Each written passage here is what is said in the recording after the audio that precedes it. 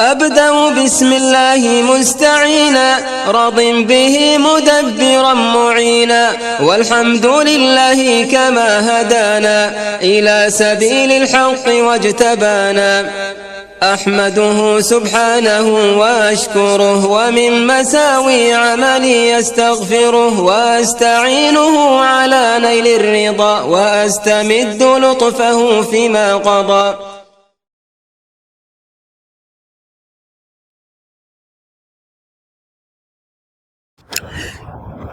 بسم الله الرحمن الرحيم الصلاة والسلام على رسول الله. Assalamu alaikum wa rahmatullahi wa barakatuh.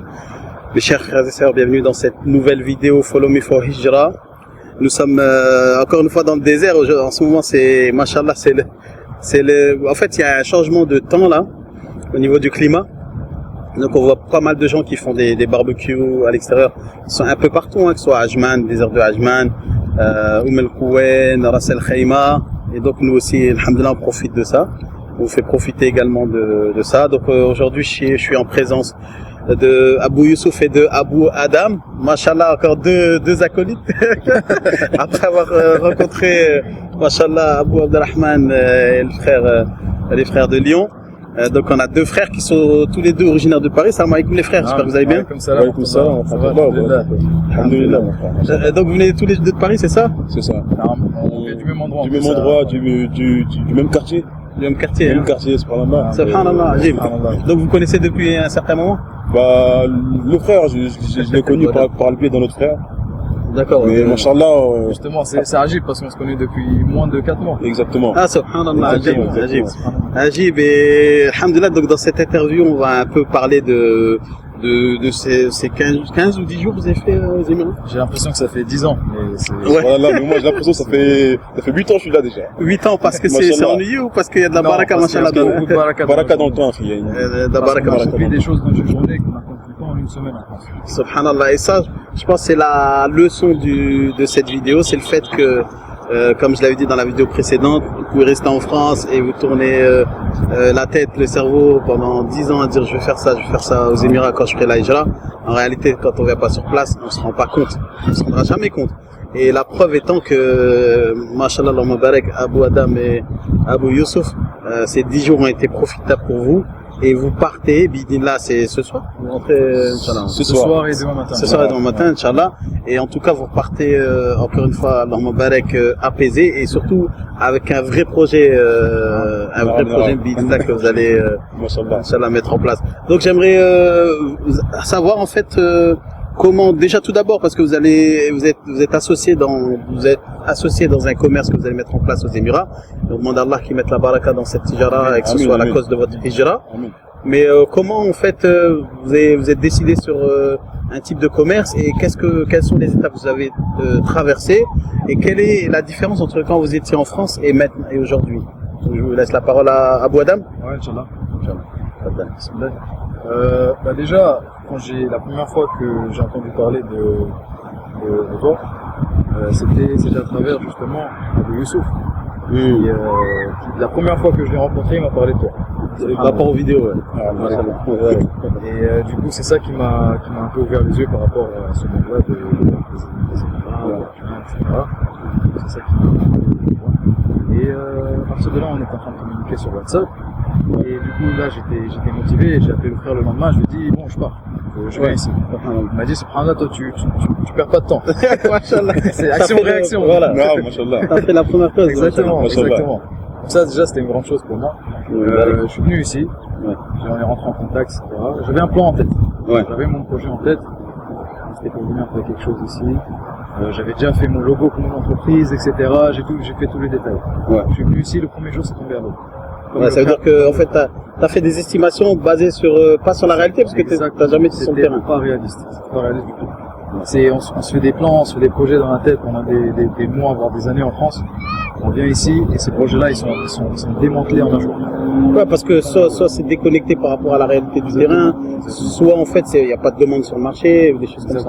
Parce qu'on est ignorant, mais on ignore qu'on est ignorant. On pense qu'on sait parce qu'on vient de France, etc., qu'on a des bons plans, tu vois. Alors qu'en réalité, ce monde-là, le monde réaliste, ça n'a rien à voir avec la théorie. Exactement. Rien à voir. Ouais, c'est vrai ça. Donc, subhanallah, quand je suis venu ici, le premier jour, c'est tombé à l'eau. Bon, après, c'est bien d'un côté. Parce que comme au début, c'est tombé à l'eau, on a pu commencer à chercher. Comme le frère, il a dit, utiliser sa créativité. Ouais, ça t'a également poussé à réfléchir. J'ai entendu ça, ouais. Ouais. Donc, c'était pareil, tu vois. C'est bien que ce soit tombé à l'eau, parce que au moins, ça donne pas de faux espoirs sur la journée. Ouais. Directement, c'est un non. C'est un non clair. Ouais. Donc là, on a commencé à chercher peu à peu. Et j'avais pas vraiment trouvé, tu vois, la première semaine est passée, la deuxième semaine est arrivée, j'avais pas vraiment trouvé. Et en même temps, j'étais en contact avec le frère Abou Youssouf. Et je lui ai envoyé des vidéos, des photos, il m'a dit, je l'ai motivé. Ouais. Je l'ai motivé, il m'a dit, vas-y, j'arrive. Il a débarqué. Demain, je viens. Et vraiment, le lendemain, il est venu. 2 jours après. Le lendemain, 2 jours après, il est venu. Donc, et à partir de là, et en même temps, mon père aussi a vu que j'étais ici, Voilà. a décidé de venir aussi. Donc là, subhanallah, on est passé de 1 personne tout seul à 3. Et alhamdoulilah, là, on était plus fort parce qu'on était ensemble. Bah oui, parce que tu as dû lui soumettre tes idées, lui aussi il a dû soumettre les siens. Exactement. Et du coup, on est passé aussi à un autre truc. On est passé des taxis à un véhicule, ce qui aide beaucoup aussi. Ouais, c'est vrai. Du coup, là, on a pu commencer vraiment à faire des grandes distances, à chercher, à passer des journées entières dans la voiture, à chercher des projets.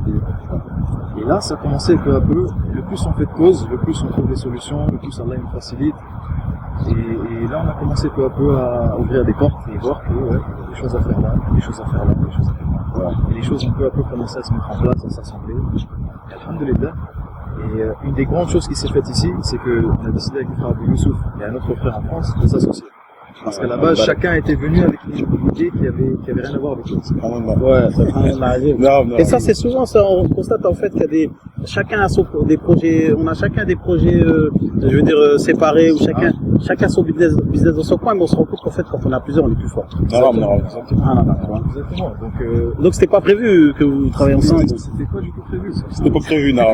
C'était pas du tout prévu. Ah, on se connaissait même pas il y a 3 mois. C'est vrai, c'est pas énorme, exactement. Je savais pas qui il était.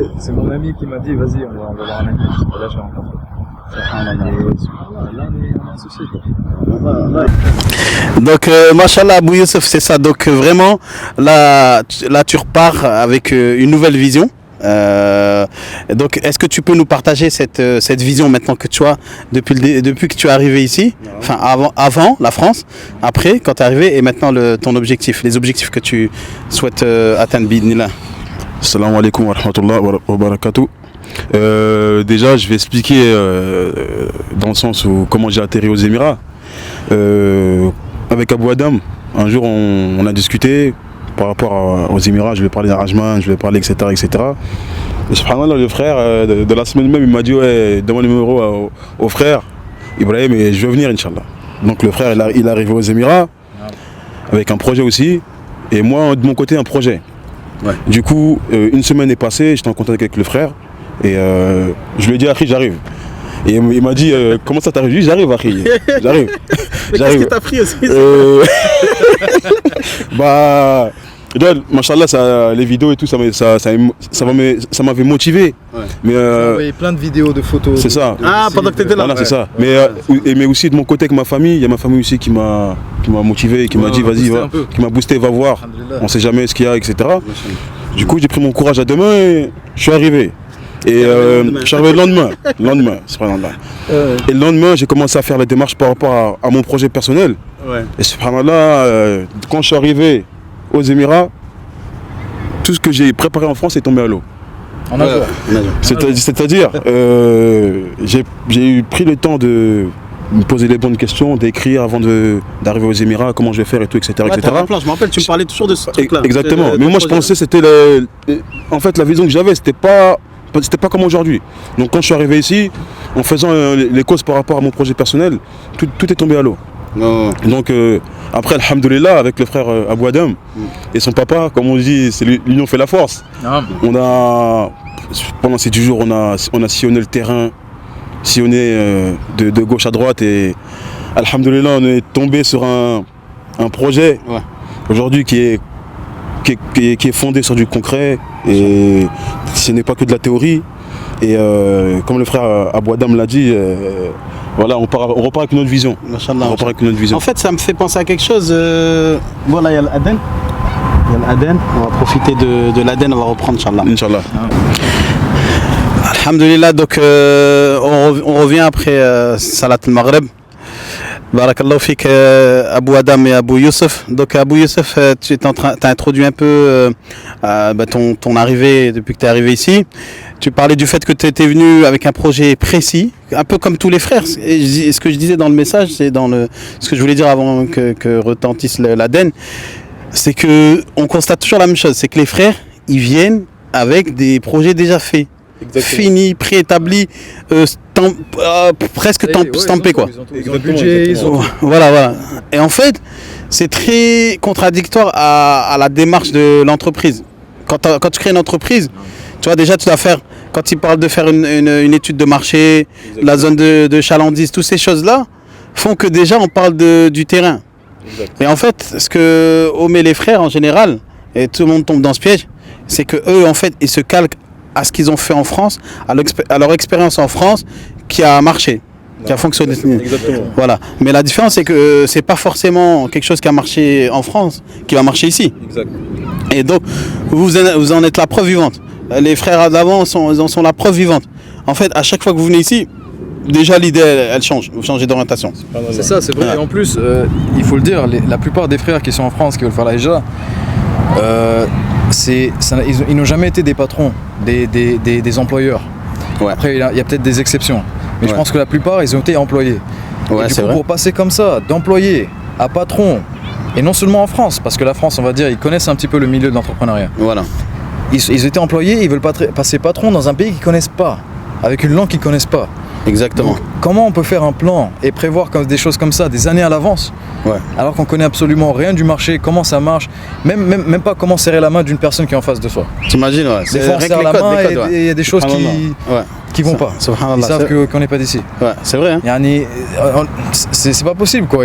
Même les entrepreneurs de France, Ouais. ils ne peuvent pas venir ici faire des plans à l'avance parce qu'ils sont Ouais. juste venir ici voir Bien sûr. ce qui se passe, l'environnement de l'entrepreneuriat ici. Il n'est Ouais. pas pareil qu'en France. Exactement, le Tu vois. secteur Donc d'activité. nous on pense automatiquement que ça va se convertir Ouais. à 100%. Ça va se convertir Ouais. de la France à ici. Non, c'est pas pareil. C'est pas pareil. En fait, parce qu'on pense que ce qui a marché là-bas marche ici. Et on a vu beaucoup de gens qui se sont un peu plantés avec des concepts de restaurants, par exemple, parce que ça marche là-bas. Par exemple, dans le marché du halal, en France, tous ces restaurants, restos rapides et tout ça, ils font un carton parce que c'est halal. Mais ici, par exemple, quand tu arrives dans le pays, tout est halal. Tout est halal. Donc, ça veut dire que celui qui vient, il s'affronte au marché ici et qui dit je vais faire comme en France, déjà, il faut qu'il tienne en compte que là, tout est halal. Ça veut dire que McDonald's, Burger King, voilà. tout. Ils font face à des grands. Tu Exactement. vois. Les manques qui vont en France, ils sont pas ici. Et alors, on Voilà. voit qu'ici, ils ont du niveau dans la restauration. Ouais, déjà. C'est Un très grand très niveau, bon. grand niveau. Ouais. Et les gens, ils sont taqués, tu vois. Ouais. Les restos, les Indiens, les Chinois, les machins. À fond. C'est super bon. Machallah. C'est pas comme la France. Ouais. C'est pas que il y a des trucs qui manquent en France, ça veut dire que ça manque ici. Non. Ouais. Tout est disponible ici, tout est facile d'accès, tout est très bon. Donc pour concurrencer ici dans ce domaine-là, c'est très compliqué. Exactement. Et donc, on en revient à Abou Youssef. Toi, tu étais dans quel domaine exactement en France et que tu as voulu. Dans quel domaine est-ce que tu peux parler de ce projet que tu as voulu implémenter ici et qu'est-ce que tu as constaté et pourquoi ça va pas, pourquoi tu en as déduit et que tu es parti sur autre chose?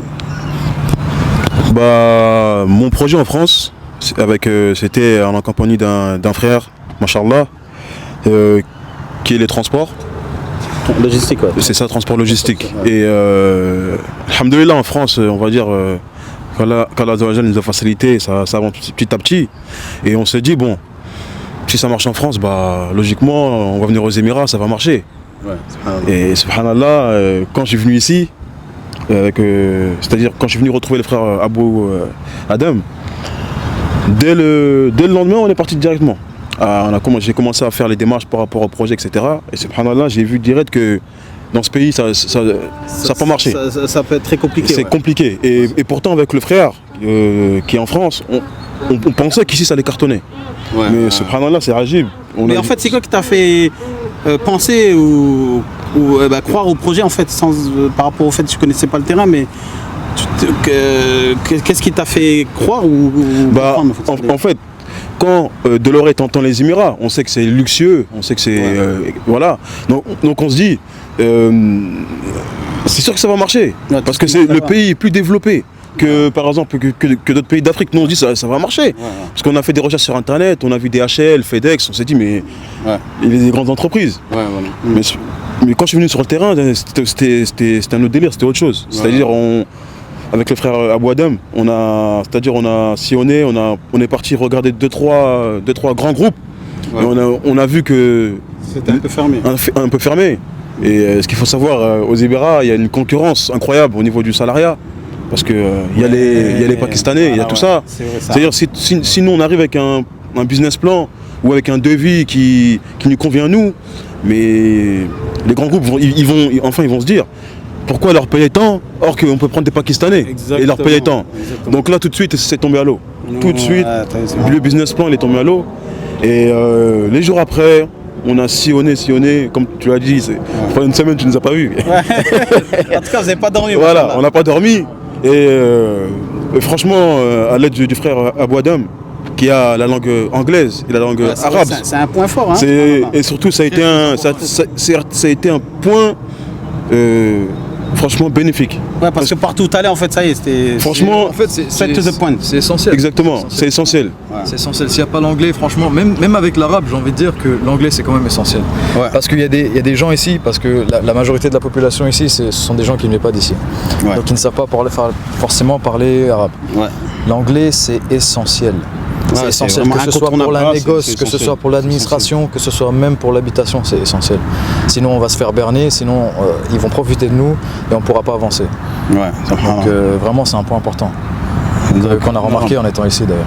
Machallah. Et il a dit un point important, Machallah, Abou Youssouf, sur le fait que des choses que les gens ne pensent pas forcément, c'est qu'ici il y a une concurrence accrue dans tout ce qui est main d'œuvre sur des tâches d'ouvriers ou bien en fait des tâches qui ne demandent pas forcément de diplôme.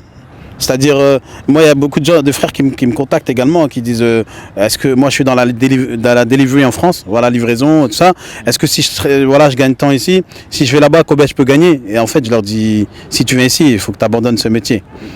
Parce que les gens qui font par exemple des Deliveroo, tout ça, ils sont payés 500 € par mois. Les drivers, alors qu'en France, je sais pas, ils doivent toucher 100, ils peuvent, s'ils font leur mission, ils doivent toucher 150 € par jour, même ça peut aller plus des fois.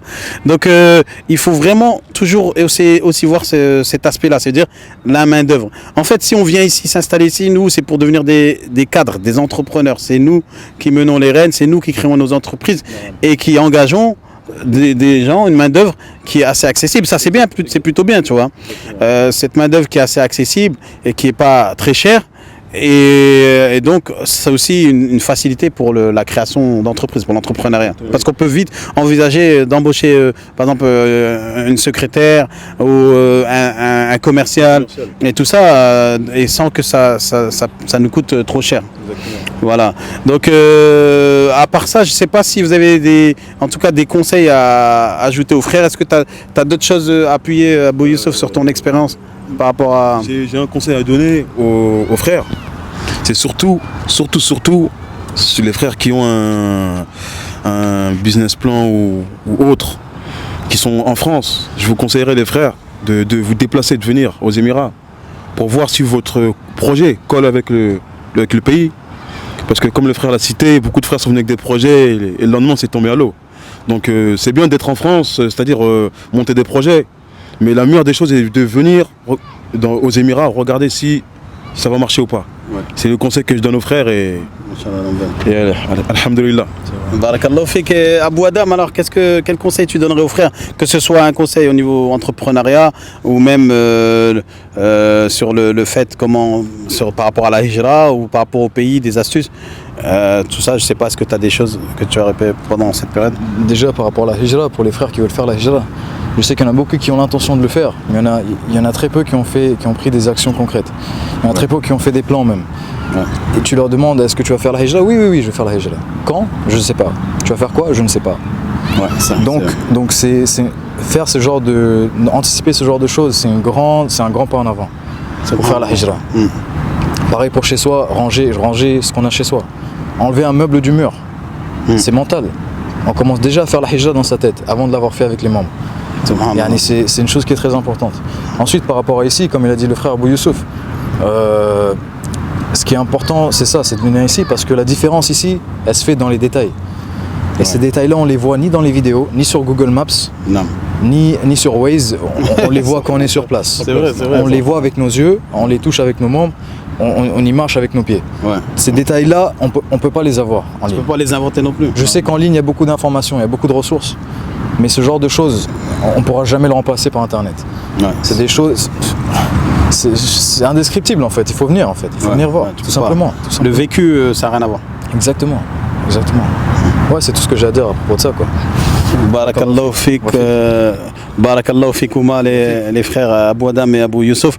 On en conclut en tout cas dans cette vidéo encore une fois que lorsque vous faites un pas, c'est-à-dire une action, une cause, un sabab, eh bien Allah il vous ouvre les portes. Et ça c'est ce qu'on a constaté. C'est subhanallah. Subhanallah, le frère, ce qu'il a dit, il lui cite dans cette parole parce que nous, c'est ce qui est arrivé dans le sens où on est venu avec des projets différents. Alhamdoulilah, on repart associé avec un autre frère en France. Et ça, c'est Rajib. Donc, sur ça, c'est le frère, ce qu'il dit, alhamdoulilah, c'est véridique. Surtout qu'on s'est beaucoup concentré sur la sincérité parce que les Émirats, il y a beaucoup le din, mais il y a aussi beaucoup la dunya. Donc on peut le cœur il peut très facilement vaciller. Et à partir du moment où il penche vers le côté de la dunya, ça y est, la niya elle est partie. Et du coup, Allah, comment tu veux qu'Allah il facilite alors que la niya elle n'est pas là? Subhanallah, c'est vrai. Donc constamment il faut la renouveler, il faut se concentrer sur ça parce que c'est limite plus important que les causes.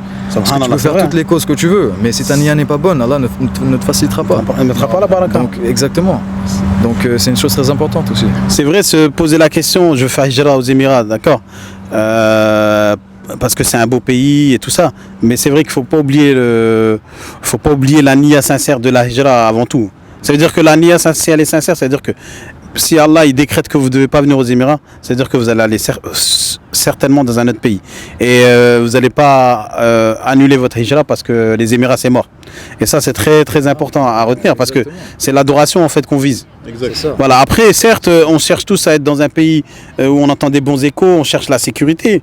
Et les Émirats, on sait qu'il y a la sécurité. On cherche aussi un pays qui est proche du confort de la France en termes de, je veux dire, d'infrastructure, même si ici c'est beaucoup plus développé. Mais les gens, ils veulent pas partir du jour au lendemain de la France à la Mauritanie, c'est sûr.